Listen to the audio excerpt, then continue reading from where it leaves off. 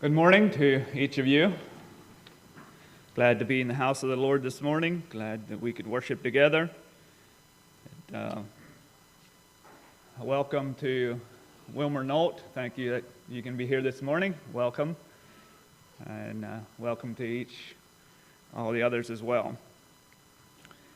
Feels like it's been quite a while since I shared at Pleasant Valley, but yeah, it's good to I wouldn't say it's always good to have a break for quite some time, too long, but this summer or summertime, usually the ministers' conference up before Bereans is like a breath of fresh air for me in the summertime that I like to go to, and that did not happen this summer, but yeah, I feel like a few weeks off of maybe preaching has hopefully done me some good as I considered again my calling in life and whether I'm still enthused about it and whether I still want to serve the Lord in that capacity, and I would say yes, I do, and I want to be all that God wants me to be and to serve Him faithfully.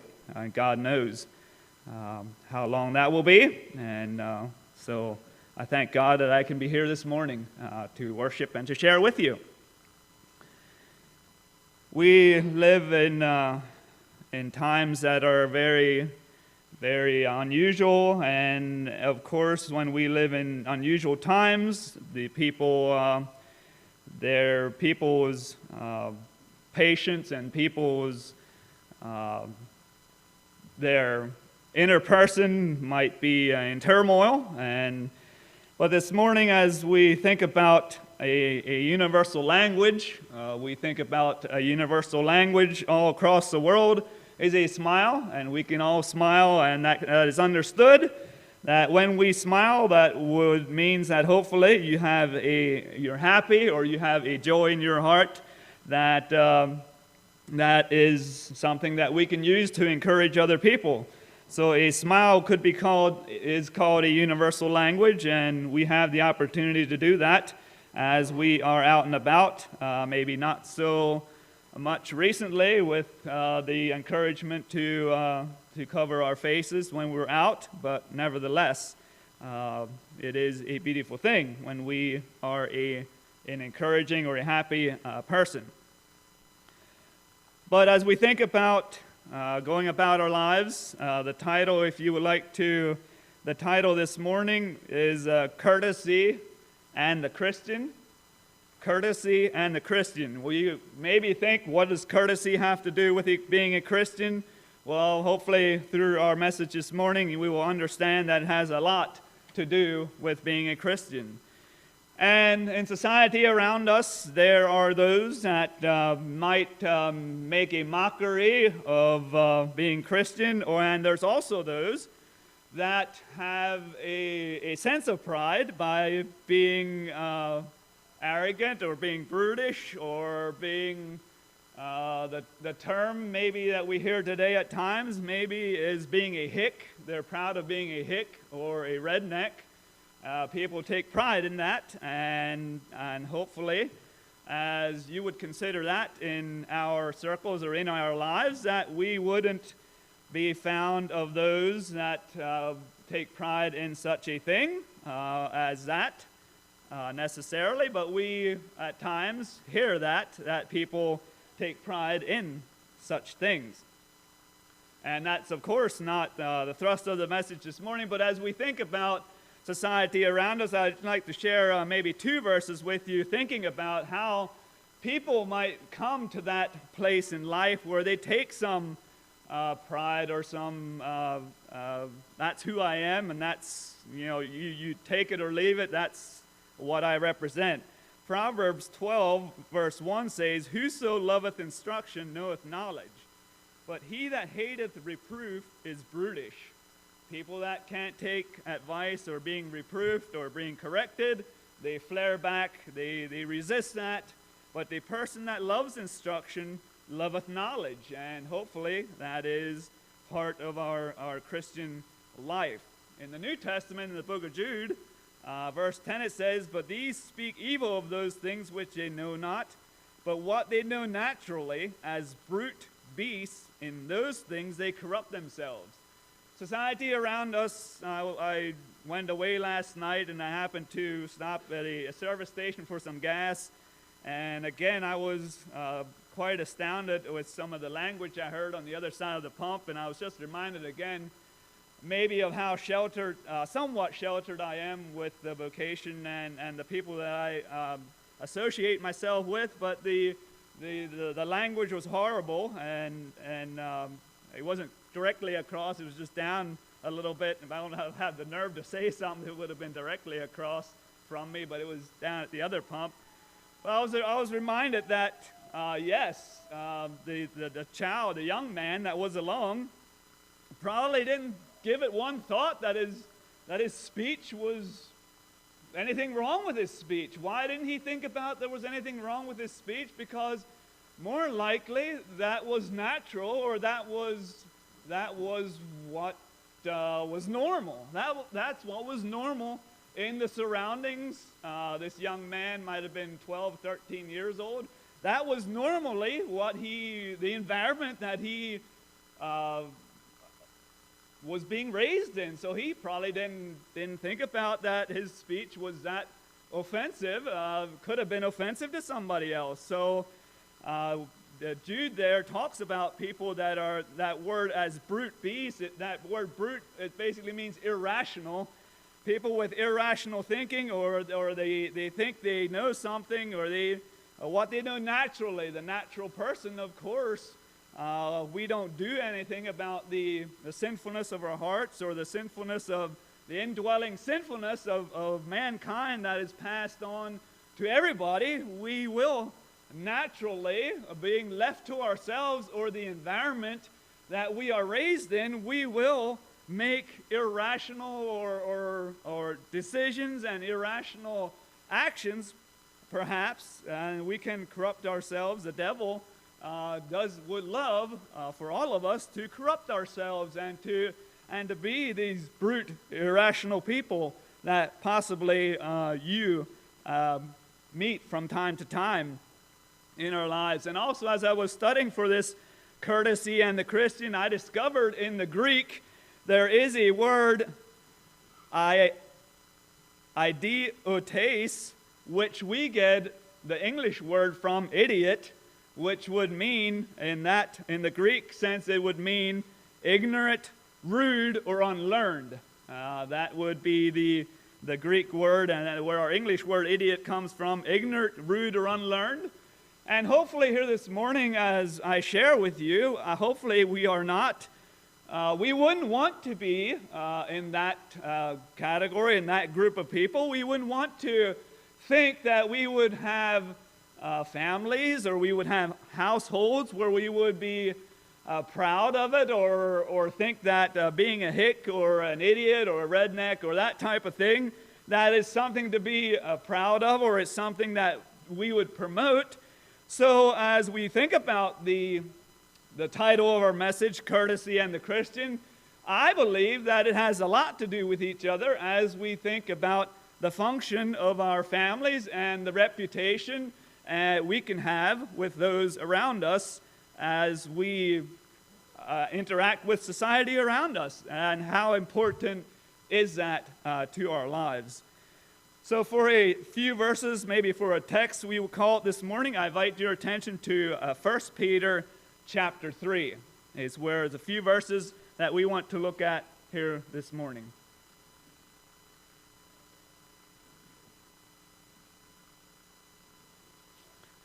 1 Peter chapter 3, we will be reading verses 8 to 12.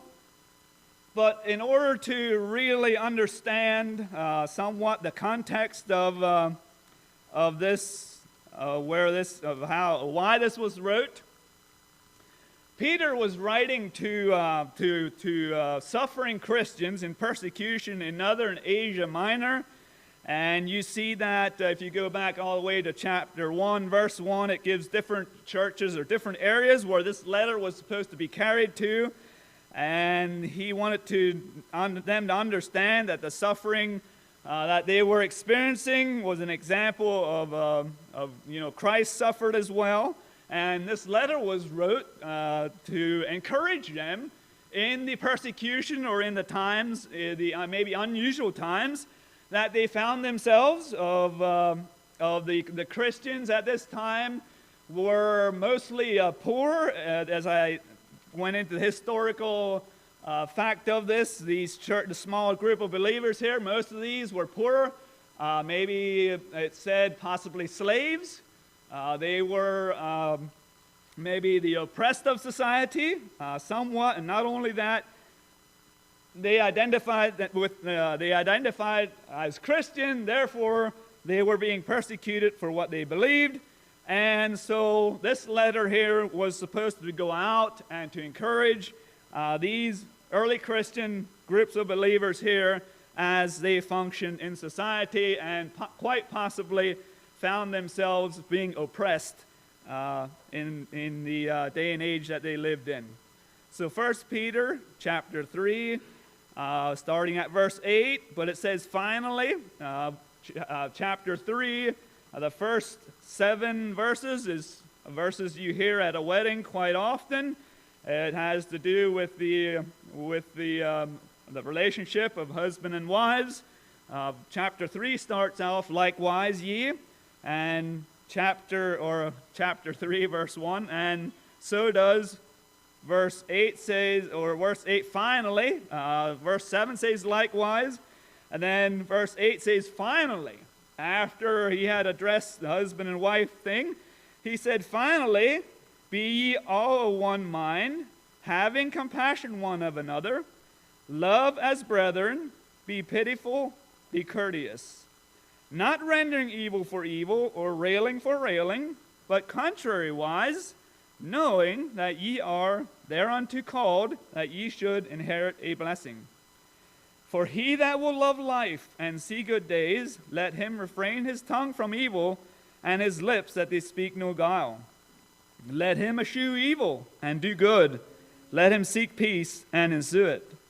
For the eyes of the Lord are over the righteous, and his ears are open unto their prayers, but the face of the Lord is against them that do evil. We'll stop reading there. So as we think about courtesy and the Christian, we think about the conduct of being a Christian, we see that Paul is addressing the people here of verse 8 is really the one that we will probably spend the most time on this morning. There's a lot in verse 8. We see, first of all, all being called to one mind, the idea of unity.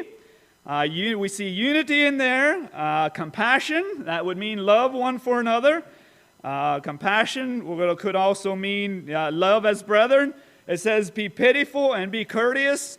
That word courteous there in the Greek, I think that's the only time that it's used in the New Testament, has the thought of being friendly of mind, kind, courteous. So it's basically used as we would use it in the English language that we use, everyday language that we use. But I was somewhat reminded again, the idea of being courteous to other people, that the Greek here says friendly of mind. The disposition that we can have as a person, as an individual, as we go about our daily lives, has a lot of influence on other people, and how we conduct ourselves has a lot of influence and on other people around us. So, and then courtesy in the Webster basically means polite behavior and habitual politeness. So courtesy and courteous has, again, the behavior that we have. And Peter here was concerned about the small group of Christians as they were oppressed and as they faced this persecution. How would they respond to the persecution? How would they respond to being oppressed and being persecuted? And we as a people this morning have very little we suffer that very little. We might be ridiculed at times for what we stand for, or what we believe, or when we open our mouth to promote righteousness, or just by promoting righteousness with our conduct or with our being. But we have no idea, we can hardly grasp, or I can't hardly understand or identify with these group of Christians as they suffered some of this oppression and some of this persecution in their lives, how Peter was encouraging them that yes, even though they may be suffering unduly for being labeled as a Christian or being a Christian and following Christ, they had a responsibility to, first of all, be of the unity that they could enjoy of their fellow brethren and sisters in the Lord. And I would say this morning, I have, as a member, as a believer, as a worshiper of this congregation, I have enjoyed many years of worshiping and many years of unity in this congregation, and I don't take that lightly. I believe that it's something that we need to guard. It's something that we need to all do our part, being able to worship together as people that have different opinions, maybe different backgrounds. Maybe we have, of course, as individuals, we have our strong points and our weak points. I have my strong points and weak points right like the rest of you.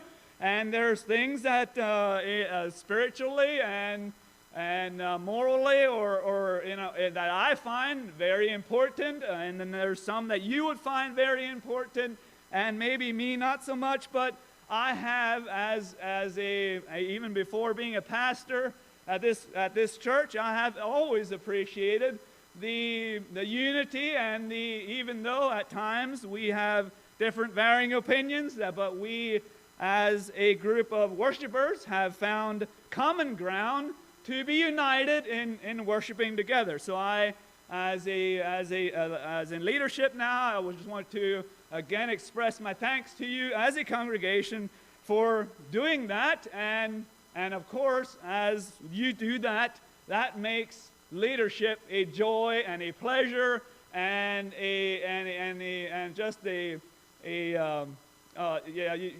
I couldn't imagine how it could be otherwise, being on a pastoral team when things are in chaos and bickering and fighting would be among us.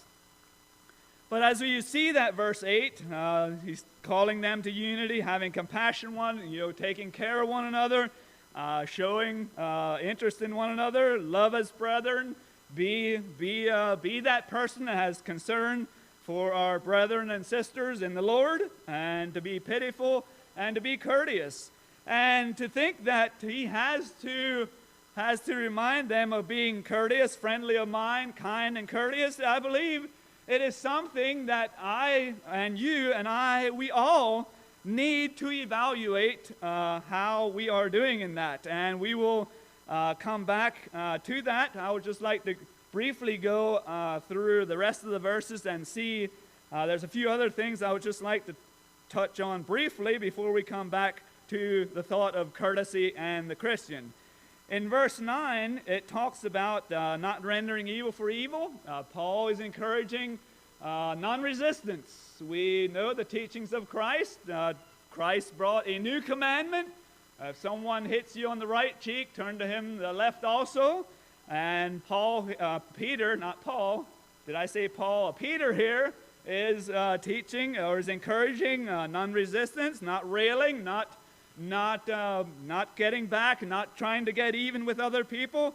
So we see that that non-resistance, a non-resistance lifestyle, is a lifestyle that we should inherit a blessing. A blessing. It'll be a blessing on our lives when and we can conduct our lives in that way, not making enemies, not stirring up strife, and getting along with our neighbors, and trying to do our best to get along and to be at peace. So non-resistance is one of the big things of the Christian life, and that we should display in our lives in a daily calling or daily basis in our lives. But not only that, we're not supposed to be picking or exchanging evil for evil but contrary-wise blessings. They're the idea of these number of verses, these 4 verses that we're looking at, 8 to 12 here, is the idea is maybe the one heading in the Bible that I use to study the heading of these verses. We're called to blessing. We are called to blessing. We are called to be a people. We're called to be a Christian. We're called to be a type of individual that promotes and wants to promote peace and getting along with each other and blessing other people with how we conduct our lives. So we look at these 4 verses here this morning. We see that the blessing, we can use our lives to bless other people as we follow God's commandments or God's roadmap for life. Verse 10. What is verse 10? Is he that will love life and see good days. We all want to love life. We all want to experience good days. I don't think there's anybody in here, and there's nothing wrong with wanting to do that. I don't think that God has given us a desire to live. God has given us a desire to enjoy good days here on this earth. But if we want to do that, there is something that Peter says that we need to do. It says, let him refrain his tongue from evil and his lips that they speak no guile. We need to be careful. We need to be on guard with our speech and of course, with our speech, I don't have to tell you this morning, with our speech, out of the heart of man, the mouth speaketh. So, like I said, as you meet people that have such a terrible habit of spewing profanity out of their mouth to such a degree that they no longer they don't think about it. It's the lifestyle, it's the environment where they have found themselves in, that they don't think about the very fact of what they're saying, and they can't speak a sentence without having profanity and in everyday language, and that's how they converse with each other. And I realize as years passed, as I worked on construction for some time, and you got out of the area and you had subcontractors come in, and then you realize that yes, we live in an area of Lancaster County here where some of that is somewhat suppressed because of the Christian witness, the strong Christian witness in our communities and in our circles. But you get out of this community or out into other communities where that is maybe not as prevalent, and I'm talking 25 years ago. I don't know how it is today. I don't get into that type of setting much anymore. But even back then, I was again shocked and reminded at times of the sheltered life or the blessing of being raised in a home where that isn't normal, and where we would never talk or be ashamed or be punished for anything of that nature. But we realize that we live in a society that feeds on a lot of this, of what they watch and what their entertainment that they have, and it's not shocking to them. It has become normal. And this morning, if we want to love life and see good days, we will have to be and want to and pray that we could be a different person. We guard. We know that the tongue is a flaming, or a tongue. You can't tame the tongue. And we need to be very careful how we speak and how we converse, because we can easily ruin our reputation by one sentence that we have carefully tried to build for many years. So guarding our speech and pursuing peace, that's verse 10 and 11. Eschew evil, stay away from evil. And do good, seek peace and ensue it. I like these verses here this morning because it tells us what not to do, and it tells us as a Christian what to do. I like verses like that. I like when the Bible and when the writers of the New Testament, they give us a warning. They give us the what not to do. And then right after that, it tells us what we are supposed to do. And that is a beautiful thing, the power of the pen, as these men wrote these letters and as they thought about the Christian life and how important it is with the conduct that we have and how we are supposed to live. So we guard our speech and we eschew evil. We try to stay away from evil and follow after that which is good. And then verse 12, it says, the eyes of the Lord are over the righteous, and his ears are open unto their prayers. And here it's opposite. At first it talks about the good or the people that would follow God and his commandments. Here it talks about them first, and his ears are open unto their prayers. All of us here this morning do not want to be found in a place where we feel our prayers are hitting the ceiling, and that's all the further our prayers are going. We can't seem where we're at a place in our Christian life where we may think that our prayers aren't getting through. Well, at times we need to evaluate what about the rest of our lives and what about the rest of our conduct. Could that be why we at times get depressed or get off track as we think about our prayer life, whether we're getting through to really to God and to the throne of grace for help, strength, and mercy in the day that we live. But here we got this beautiful promise that Peter's saying the eyes of the Lord are over the righteous. He's telling these persecuted Christians, God sees your struggles. God understands your punish or your look down upon, your persecution that you are facing. And his ears is talking about God's eyes and God's ears. They're open, they're on. He sees what you are facing.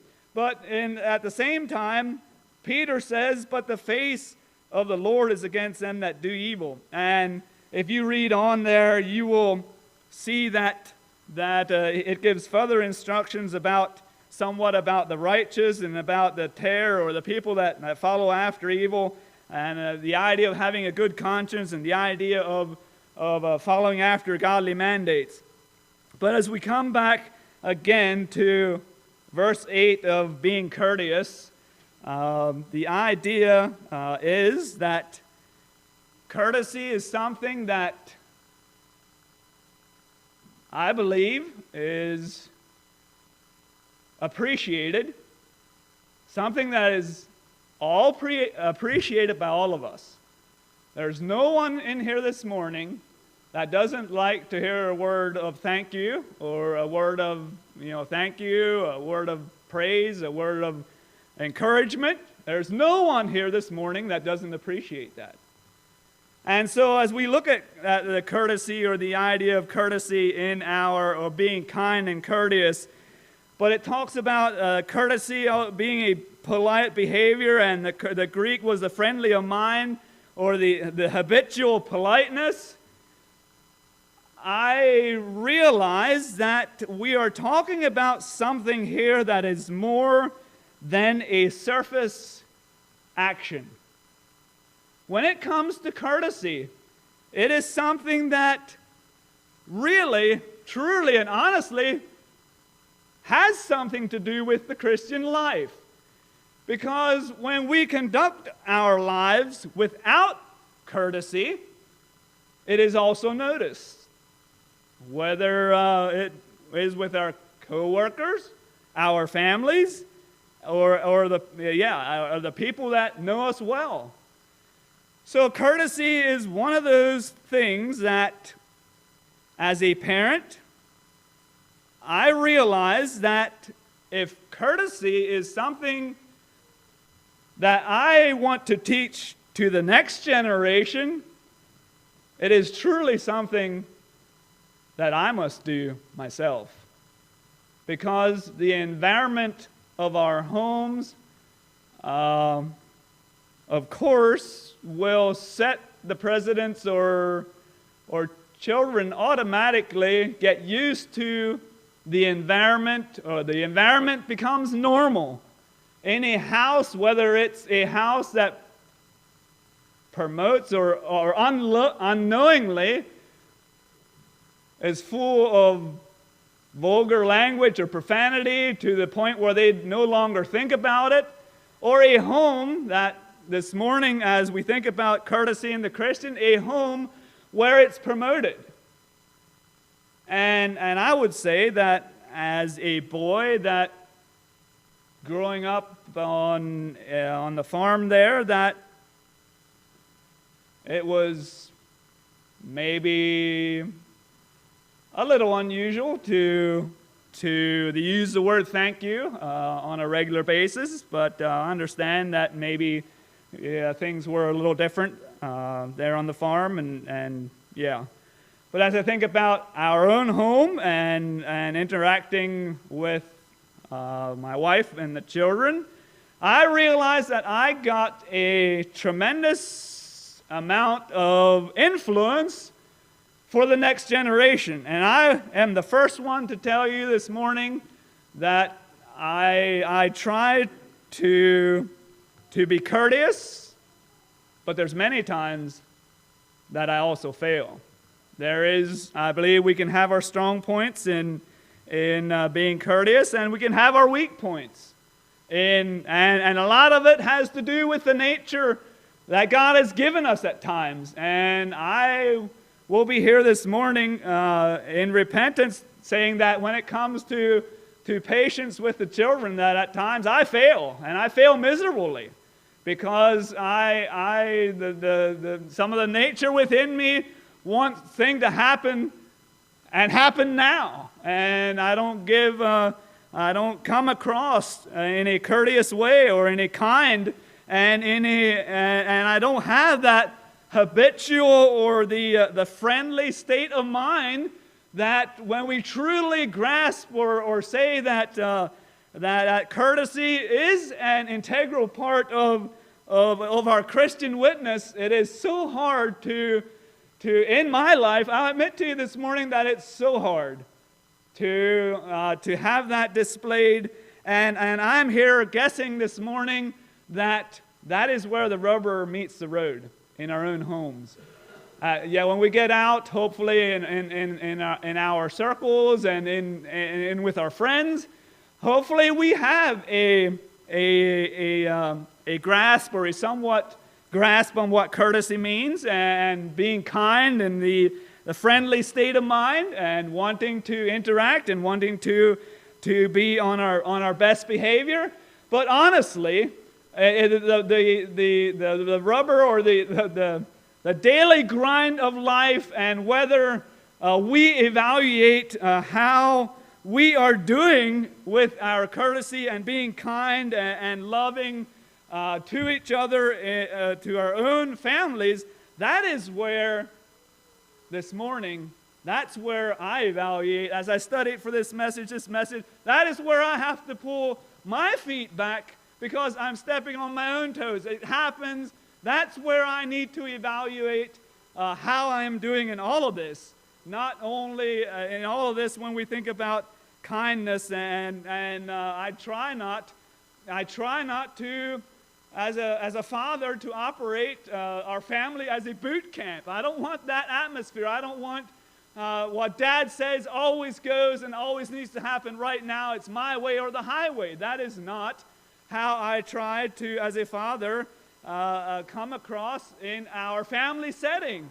But then at other times, I fail miserably when it comes to patience, and I almost, the next generation, they're learning, they're taking the environment that they're getting used to, that can bleed into the next generation. I realize that, and I realize that the family that I'm responsible to influence and to give a solid example to, that door is closing pretty rapidly, and it scares. It causes me almost a little bit of not anxiety, but I realize that door is closing rapidly, and as I evaluate how I have done as a father and a husband and a leader in the home, maybe I need to be more on guard or more aware that yes, courtesy is a calling, a high calling, as we conduct our lives one towards another. And you read the Beatitudes, the meekness, and the blessed is the man, blessed is the person that is kind, compassionate. The Beatitudes are a good read as we think about the courtesy that we can have, a behavior, a habitual politeness. And hopefully you have in your heart and you have in your mind as parents this morning, as a young person here this morning, we aim high. We try to aspire to great things. We can, as a family or as a fathers and mothers, we can try to aim higher than the previous generation. Just because you were raised in a family where that was not part of the equation at all doesn't mean that with God's help that you can't promote it in your own home for the benefit of the next generation, and not only for the next generation but also for others around us and society around us and those that we work with. So as we conclude this message here this morning, a smile is a universal language, and it can do a lot to encourage other people. But I want you to grasp again, as we conclude this, that courtesy and kindness starts at home. Hopefully we're not putting up a front, but literally, that is where I need to evaluate my heart, my life, for my family, and my relationship with God. And Peter here is telling these people that were seriously oppressed, you need to be courteous. You need to not rail against them. And we have no idea what persecution means.